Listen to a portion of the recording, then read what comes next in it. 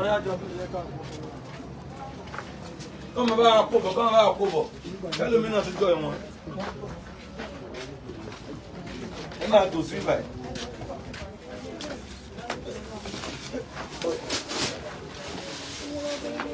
No, I don't go okay.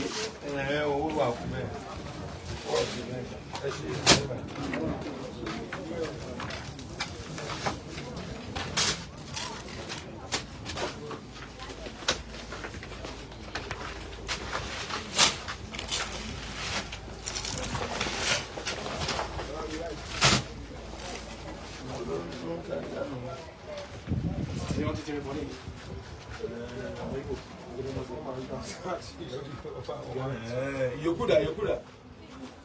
So God bless you. God bless you.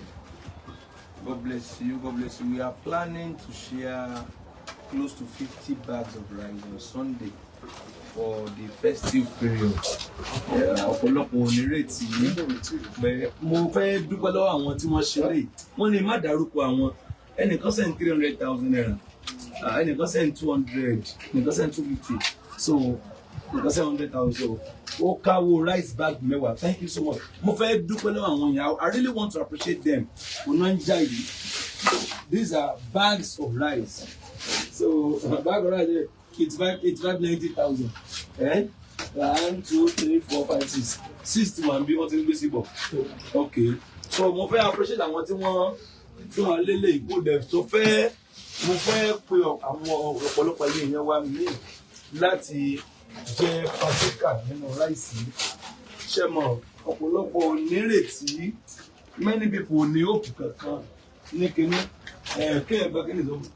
So òṣèjàre òṣèjàsílẹ̀ mo fẹ́ really appreciate àwọn tí Ọlọ́run lò fún eléyìí tí wọ́n jáde. I want to sincerely appreciate bá ń gbé ráìtì gbogbo fúnra rẹ̀ bá ń gbé fúnra rẹ̀ as in ẹ má wẹ̀yìn kọ́ mo bá wí.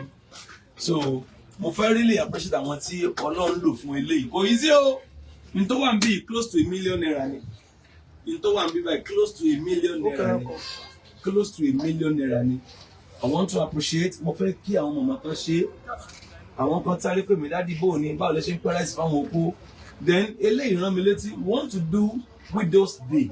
A fẹ́ máa ṣe ọjọ́ àwọn opó àyájọ́ àwọn opó tó jẹ́ pé kìkìdá opó nìkan ni wọ́n máa empower wọn. Àwọn opó tí ò ní nǹkan kan wọ́n á empower wọn wọ́n á fún wọn lójú wọ́n á fún wọn ní empowerment èyí tó nílò iṣẹ́ èyí tó nílò a fẹ́ bẹ̀rẹ̀ láti January.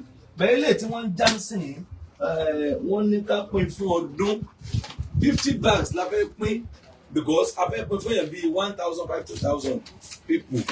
So yeah, bonus. Very good. So Oslabi. So mo fẹ́ kọ́kọ́ kí àwọn èèyàn wa tí Ọlọ́run lò fún ilé. I want to sincerely appreciate us for this wonderful gift. Ọ̀nà tẹ́ gbà tẹ́ fi ṣe òbí tẹ́ ti ń rówó kò ní dí kò easy. Ọ̀sẹ̀ yìí ni o Monday na bẹ̀rẹ̀ sí ní dáhùn yẹn ẹlòmíì fún mi ẹlòmíì pè mí Agbala Gabriel bó ni ẹ tó jẹ fún mi 300 lánàá mi ò expect ẹ ọkọ pè mí náà ni bó ni Agbala Gabriel àwọn èèyàn tó máa kún gba ráìsì ọdún bò ní ẹni lẹ́sẹ̀ 300,000 naira mọ̀mọ́ kan sẹ́ni 250,000 naira àwọn kan sẹ́ni 100,000 God bless you ẹ ṣe tẹ̀ ń pàtẹ́ wọ́n yóò dà fún yín wọ́n bá yìí náà yọ. So kò sí iṣẹ́ mọ̀ àwọn èèyàn wọ́n ní àánú lójú gan whereas ọ̀pọ̀ wa la ní family gan tá a fẹ́ sọdún fún ọ̀pọ̀lọpọ̀ yín tẹ̀wá diaspora lẹ ní family tán pọ̀ family ti fẹ́ pẹ̀lú mi pa báyìí. So fẹ́ ṣe family ẹ tó ṣe fáwọn aláìní àwọn tí wọ́n ní nǹkan kan. So rice dẹ̀ ni ó máa go a long way bí a ṣe máa já bí 40 bags sí o ẹ̀yin tí ìfá máa gbẹ́kọ̀ ẹ̀yin bíi 5 kan gan sìn tó jẹ́ pé ẹ̀yin náà lè ra báàgì kan báàgì méjì tẹ́ bá ti ń san màá ní kọ́ lọ́ máa gbé wọlé. Kò sí èmi ò ní kọ́ọ̀pù kan nu ráìsì family mi kò ní kọ́ọ̀pù kan nu ẹ̀ yes mi fún mi rọ́ káwọn family mi kẹ́kọ̀ọ́ ti wọ́n síwájú tí n bá ní lọ́wọ́ ara mi màá rà fáwọn ìtàn ní kí n ráyè kò ní lọ sọ́dọ̀ mi kò ní lọ sọ́dọ̀ ìyàwó mi kò ní lọ sọ́dọ̀ family mi kankan yes. So a máa fún àwọn èèyàn ní àwọn tán ní ìdè bọ́jábọ́ kọ̀ọ̀kan ló máa ká bọ́jábọ́ méjì ni a máa a fẹ́ pín close to 50 bags of rice ní Sunday nípa orí ọ̀fẹ́ Ọlọ́run ó dẹ̀ máa ṣe ṣe ìjẹ́jẹ́ mọ̀ pé ó dídí àpò yìí lẹ́yìn tán já sí lọ́bí sọdún ó dídí àpò méjì lọ́lọ́mí já sí lọ́bí sọdún ẹlòmí ò dẹ̀ ní agolo kan tó fi sọdún common half a cup tẹ́lẹ̀ mi fi sọdún kò ní so ibi táwọn kan bá ti ń yọ̀ táwọn kan dẹ̀ ń ká gbọ́gbọ́ no ẹ jẹ́ kí happiness yẹn ó kárí náà ẹ jẹ́ kí dùn ní yóò kárí ẹ dáhùn yìí ó kí inú wọn dùn let them be happy ìwọ nìkan inú rí o lè máa dùn náà in fact gbà mí gan wọn ní kí á ṣe kí ní kankan rìn ká pọ̀ abẹ́ni tí wọ́n ń pè wọ́n lé ẹ bá rìn kéèyàn pọ̀ tí àjọ jẹ gan wọn ló ń dojú wọn ni ẹ kò owó yẹn fún mi lẹ́yìn o àjọjọ odù bẹ́ẹ̀ni kò ní. àjọjọ odù bẹ́ẹ̀ni kò rí bẹ́ẹ̀ni kò ní bó ni wọn nìkan ṣe máa jẹ wọn nìkan kò di rice bag méjì lé fine olówó ẹ. tẹ́ ẹ bá lè rí àmì ṣe gbogbo ogun tó lóhùn ní gbọ́ tó lóhùn ní gbà lórí ayé yín iná agbára Ọlọ́run máa jó dànù kí lè nǹkan tẹ̀ ń là kọjá tó dàbí pé ẹ ti wá ọ̀nà àbáyọ ṣùgbọ́n tí ẹ ti rí ọ̀nà àbáyọ ẹ ti pàdé wòlíì yín ló fà ṣùgbọ́n arán mi sí ọ lónìí dádì arán mi sí ọ lónìí mọ́mì olúwa lòun fẹ́ ṣe nǹkan ńlá nínú ayé yín olúwa sọ wípé gbogbo tẹ̀ ń là kọjá yín òun fẹ́ fi òpin sí kí nìkan tẹ̀ ń là kọjá lórí ìgbéyàwó ni lórí ọmọ ni lórí iṣẹ́ ni níbi gbogbo ni bóyá ogun kan ló dàbí pé ogun yẹn le ẹ ti gbìyànjú kò tí ì sí ọ̀nà àbáyọ ẹ jẹ́ àjọ gbàdúrà ẹ jẹ́ àjọ wá ojú olúwa kí làṣírí ogun yẹn gangan ẹ jẹ́ àjọ wádìí lọ́wọ́ ọlọ́run ká dẹ̀ mọ ọ̀nà àbáyọ ẹ̀rọ ìbánisọ̀rọ̀ tẹ́ fi pè mí fún àdúrà àti ọ̀nà àbáyọ òun náà ni +234 70 25 47 5427 +234 70 25 47 5427 bẹ́ẹ̀ ṣe ń pè mí fún àdúrà lórúkọ Jésù ẹ máa rí ìyanu. ṣùgbọ́n àwọn èèyàn kan wà wọn ní nǹkan kan so máa pray fẹ́yìn kan náà bí ẹ rí ànúgbà mo pray fún jẹ́ ń pe bàbá wa tí wọ́n jẹ́ ń tiẹ̀ kọ́kọ́ kan bíi mélòó kan tí wọ́n ṣe pé mò ń ṣe live lọ́wọ́ mo á ní kí wọ́n ní pàápàá ní tàwọn tó ṣe owó sí wa yẹn ẹ bá ń tẹ nọ́mbà sórí kínní ẹ bá ń tẹ foundation account síbẹ̀ foundation account ti Zenith 1313724434 Zenith Bank ní account foundation Agbala Gabriel Odejo Charity Foundation ní ti oní Zenith so ẹ̀dẹ̀ pin nọ́mbà yẹn náà síbẹ̀ tán lè pè àwọn yẹn máa pè wọlé because ẹlòmíì náà ó kó da báwo lèmi náà ṣe lè báwọn ṣe lè dá sí èmi náà fẹ́ ṣe inú kínní bẹ́ẹ̀ dẹ̀ ṣe ń rò lọ́kàn ọ̀pọ̀lọpọ̀ gan jẹ́jẹ́ pé dáàdi ẹ̀ máa wọ̀ rí ọ̀la báyìí àwọn máa ṣe báyìí Friday báyìí àwọn máa ṣe báyìí á dẹ̀ dúpẹ́ lọ́wọ́ yín ojú òní tí ì lórúkọ Jésù ẹ máa rí ànúgbà bá ń gbé kínní ẹ̀ dáadáa ó pọ̀ nílé o báàgì 10 ráìsì ó dẹ̀ ẹja lọ jí gbé táwọn ọlọ́pọ̀ táwọn àní rán ọ lẹ́wọ̀n pé ìwọ ẹ tó jí abọ́kan ráìsì gbé lọ́jà wọ́n fa kéèsì ẹ̀ wọ́n fà bí ẹ kó ju abọ́kan ráìsì lọ so kéèyàn dúpẹ́ gan lọ́wọ́ àwọn tí ó ṣe léyìí kéèyàn dúpẹ́ I want to sincerely appreciate us lórúkọ Jésù ojú òní tí wà mo fẹ́ kí àwọn bàbá yẹn ni mo fẹ́ kí wọn wọ́n try mo fẹ́ àwọn tí má lè pè lánàá mo fẹ́ pè wọ́n kí n dúpẹ́ gan lọ́wọ́ wọn so ẹ lè pè sórí 07054900751 07054900751 I fẹ́ share to 50 bags. Hello sir, Daddy Big Sam. Bàbá mi sir. Yes sir. Mo a wà ní live, mo á fẹ́ kí yín. Mi ìdárúkọ yín. Mo á fẹ́ kí yín ilé fún 300,000. Mo á so àwọn èèyàn ń gbọ́ yín gan. Wọ́n gbọ́ yín gan. Mo kàn fẹ́ kí yín. Ó là wà live. Mo fẹ́ kí yín sir. Yes sir. Ṣe mo mọ̀ pé ẹ̀ ní like ẹ̀. Mo mọ̀ pé I need to call you. Ó rà wà live báyìí. Àti àdẹ̀tìrà àwọn aláìsí yẹn báyìí. God bless you sir. God bless you. Ẹ ṣé sir. Ẹ ra sir. Yes sir. Ẹ ṣé àwọn olórí ẹ máa tẹ̀síwájú sí sir. Yes sir. Yes sir. Thank you sir. Yes sir. Yes sir. Yes sir. Ẹ ra sir. Yes sir. Ọ̀dà àbáwọn. Ọ̀dà àbáwọn. So ó wù mí kí n tó pe àwọn kan náà bẹ́ẹ̀ mi tẹ̀ mọ́ wọn tó save number. N fẹ́ pe àwọn kan náà. Ọ̀gbọ̀nlá yàtọ̀ ọ̀gbọ̀nlá ìfẹ́ jẹ́ ń pe àwọn náà. Wọ́n bèrè account number 1313 èló ní bag rice kan báyìí tán tà fún wa wọ́n tà fún wa ní 83,000 naira ni wọ́n tà fún wa you might be able to buy a bag kò fẹ́ lómi èmi kọ́ mo ní o gbogbo rice tó wà níbi kí gbogbo 50 bag in fact mo fẹ́ ká pín 200 bag gan bẹ́ẹ̀ èmi ń fẹ́ bẹ́ẹ̀ mo gba Ọlọ́run gbọ́ pé ntọ́lọ́run náà ń fẹ́ ni mo gba Ọlọ́run gbọ́ bẹ́ẹ̀ tẹ bá ti bá rí ẹni tó sẹ́ndì owó bẹ́ẹ̀ ẹ bá ń dárúkọ kí n lè pray fún o torí tí mo wá ṣe ń bí ìrọ̀lẹ́ nìyẹn eléyìí ó máa kárí kì í ṣe pé àgbẹ̀ nìkan wá pé ẹ fún lówó ọ̀rọ̀ ẹnìkan kọ́ lélẹ́yìí ọ̀rọ̀ gbogbo èèyàn lélẹ́yìí ọ̀rọ̀ gbogbo èèyàn ni wọ́n pé abọ́kọ̀ kan ló ká fine máa pápọ́ méjì ló ká fine a máa package ẹ̀ sínú bag á dẹ̀ gbé fún oníkálukú ní ọjọ́ Sunday yìí ní Agbala Gabriel prayer city so èmi àti yín máa rà àánú gbà a máa rí àánú gbà ojú òní tiwa gbogbo àwa tí ọwọ́ bà kó tá a mú jáde ṣé mọ̀ ẹnìkan yà mí lẹ́nu màmá tí mò ń pè ní sí ni wọ́n yà mí lẹ́nu a kàn sọ̀rọ̀ ní alẹ́ ìjẹta a kàn sọ̀rọ̀ máa ní àmàmì àmàdé àdèmàkọ́rẹ́ ìṣó wọ́n ní àgbàlagbà ṣe ti ṣe lóòótọ́ ó yá àkáǹtì ń dà wọ́n àti ìkọ́ọ̀tì fóun mo rí 250,000. wọ́n lóye lọ́nà mọ̀ ní pé ṣé wọ́n ti ní lọ́kàn tẹ́lẹ̀ ni ṣé wọ́n ti wà prepare tẹ́lẹ̀ ni whereas ọ̀pọ̀lọpọ̀ wọn ní tán fẹ́ lówó fún bẹ́ẹ̀ lọ́gán náà bá ti gbó mi ó ti ẹ̀kọ́ mọ̀ fáwọn èèyàn mi tán bá ti lè bó mi oh my God they are very eager to do that thing pé no Agbala Gabriel bó ni ó yáyá ìfẹ́ iná àfẹ́yìn ò ní kú ẹni bá bínú yóò gbọ́fà ẹni ò bá dùn inú rẹ̀ ò ní dùn títí àgbàbí tó bá yẹ pé mi. tẹ́ ẹ bá lè rí àmì ṣe gbogbo ogun tó lóhùn ní gbọ́ tó lóhùn ní gbà lórí ayé yín iná agbára Ọlọ́run máa jó dànù kí lè nǹkan tẹ̀ ń là kọjá tó dàbí pé ẹ ti wá ọ̀nà àbáyọ ṣùgbọ́n tí ẹ ti rí ọ̀nà àbáyọ ẹ ti pàdé wòlíì yín ló fà ṣùgbọ́n arán mi sí ọ lónìí dádì arán mi sí ọ lónìí mọ́mì Olúwa lòun fẹ́ ṣe nǹkan ńlá nínú ayé yín Olúwa sọ wípé gbogbo tẹ̀ ń là kọjá yẹn òun fẹ́ fi òpin sí kí nìkan tẹ̀ ń là kọjá lórí ìgbéyàwó ni lórí ọmọ ni lórí iṣẹ́ ni níbi gbogbo ni bóyá ogun kan ló dàbí pé ogun yẹn le ẹ ti gbìyànjú kò tí ì sí ọ̀nà àbáyọ ẹ jẹ́ àjọ gbàdúrà ẹ jẹ́ àjọ wá ojú Olúwa kí làṣírí ogun yẹn gangan ẹ jẹ́ àjọ wádìí lọ́wọ́ Ọlọ́run ká dẹ̀ mọ ọ̀nà àbáyọ ẹ̀rọ ìbánisọ̀rọ̀ tẹ́ fi pè mí fún àdúrà àti ọ̀nà àbáyọ òun náà ni +234 70 25 47 5427 +234 70 25 47 5427 bẹ́ẹ̀ ṣe ń pè mí fún àdúrà lórúkọ Jésù ẹ máa rí ìyanu. ó mú kọ́ọ̀pù kan nù kínní àyà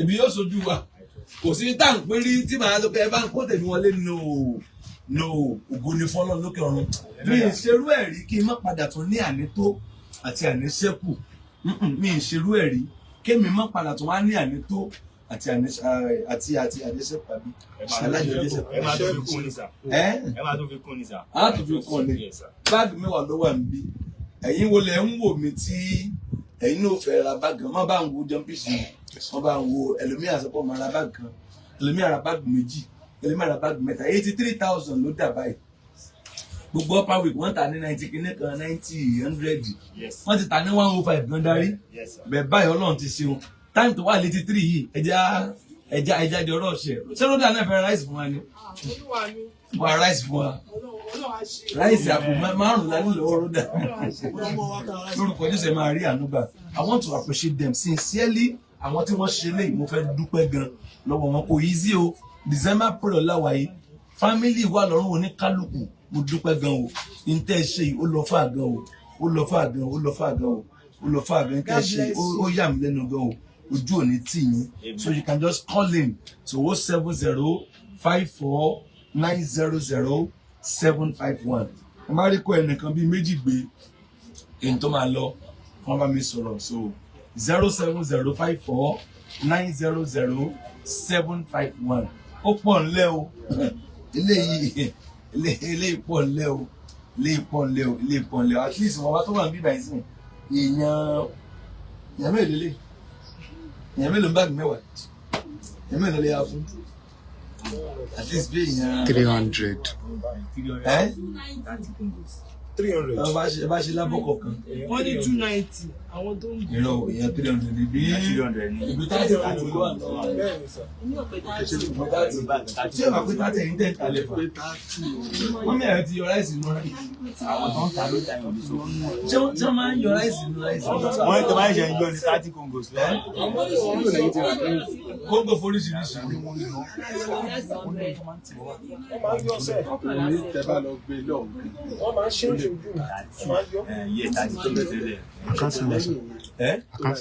account number 1313 724434 1313 724434 afẹ́ ó wà fáwọn opó ó wà fáwọn arúgbó ó wà fẹ́ni tí ó kù díẹ̀ káàtó tó ẹni tó kù díẹ̀ káàtó fẹ́ má jẹ́ sí Yorùbá sọ ẹni tó kù díẹ̀ káàtó fún a máa fún wa ti ní 10 bags already 10 bags of rice lè báyìí 10 bags once again èmi ò ní kankan bẹ́ẹ̀ o mi ò ní kankan bẹ́ẹ̀ a máa pín fún wọn ní as you know bẹ́ẹ̀ ṣe mọ̀ pé a máa ń ṣe níbi báyìí a máa pín fáwọn tí o tó kù díẹ̀ káàtó fún mi a máa pín fún wọn ní so 1313 72 44 34 1313 72 44 34 ẹ bá dẹ̀ ní personal account wa ẹ lè ṣe síbẹ̀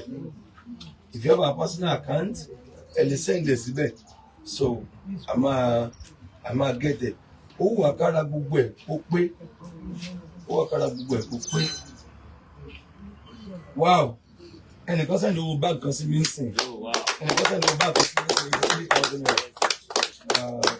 God bless you thanks be àti ní 11 bag bẹ́yẹn àti ní 11 bag bẹ́yẹn ẹnìkan sẹ́ni owó báàgì kan sí mi ń sìn God bless you ojú òní tí ojú òní tí lórí ẹ ń fún àwọn tí ò ní nírètí because ẹni tẹ́ bá rí tó náà gbé láì lọ́wọ́ tó náà gba ráìsì kò lè lápò méjì lápò kan lé kó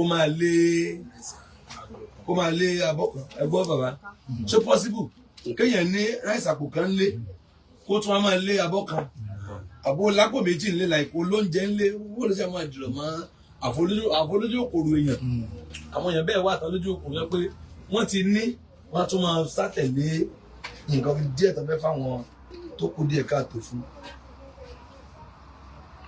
tó tún máa sá fún nǹkan tí ó kù díẹ̀ káàtó fún fáwọn so a máa rí àná bẹ́ẹ̀ àmídẹ́sọ̀ ẹni tó fún wa ló bá kan yẹn wọ́n ní before Friday wọ́n ló possible káwọn tó send owó bá kan sí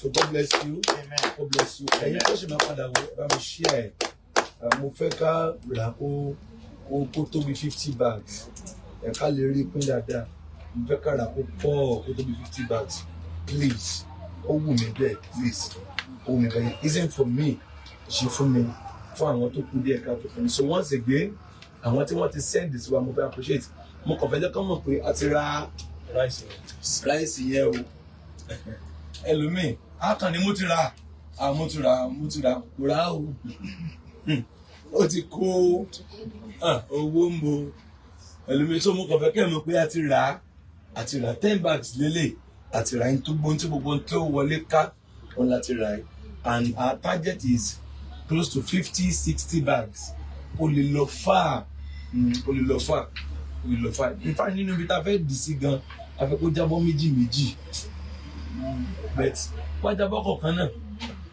ara ẹ̀ náà ni àwọn ní ara ẹ̀ lára ẹ̀ ara ẹ̀ lára ẹ̀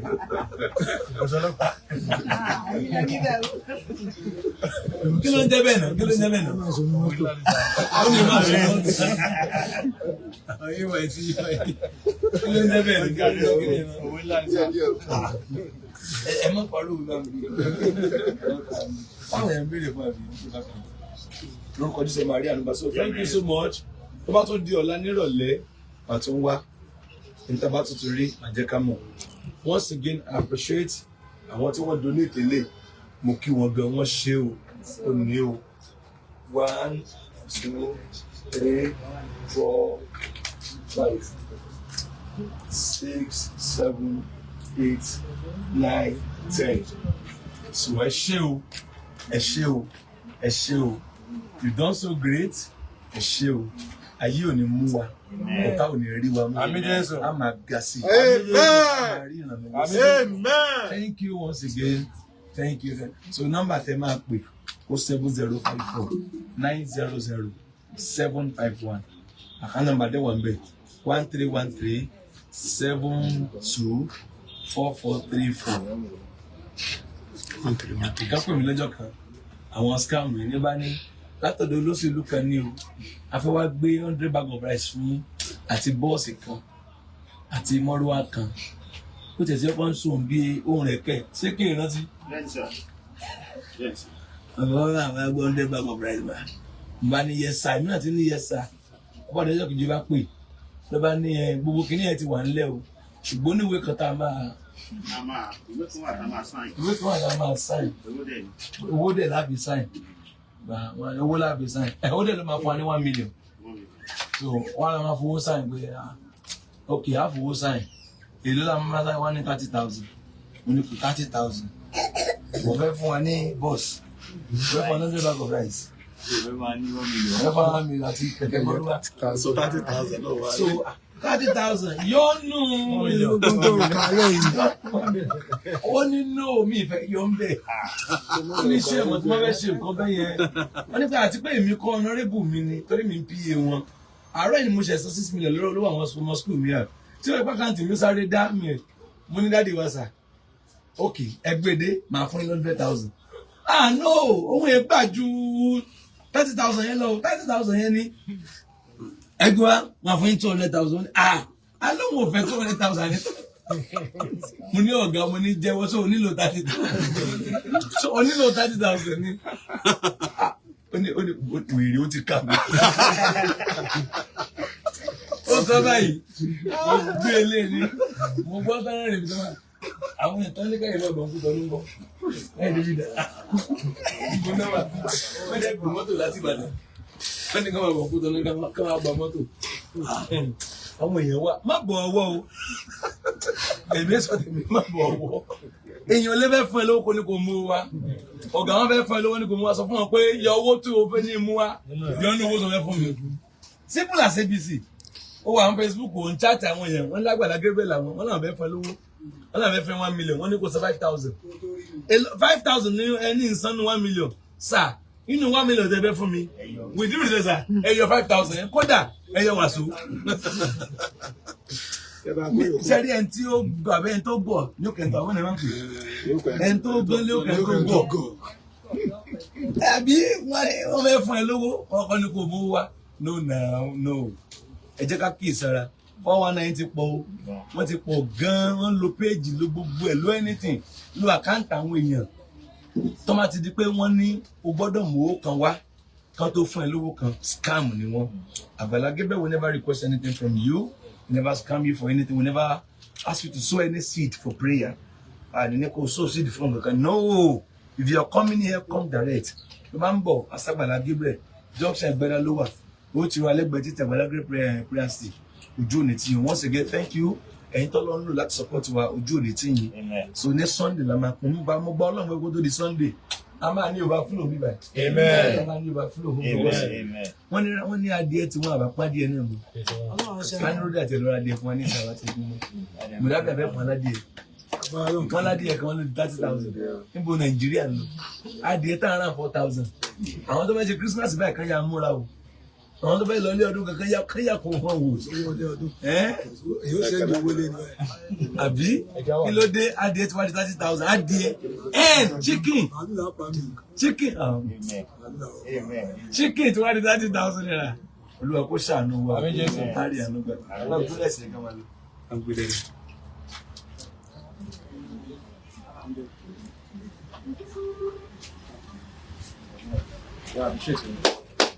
Thank you.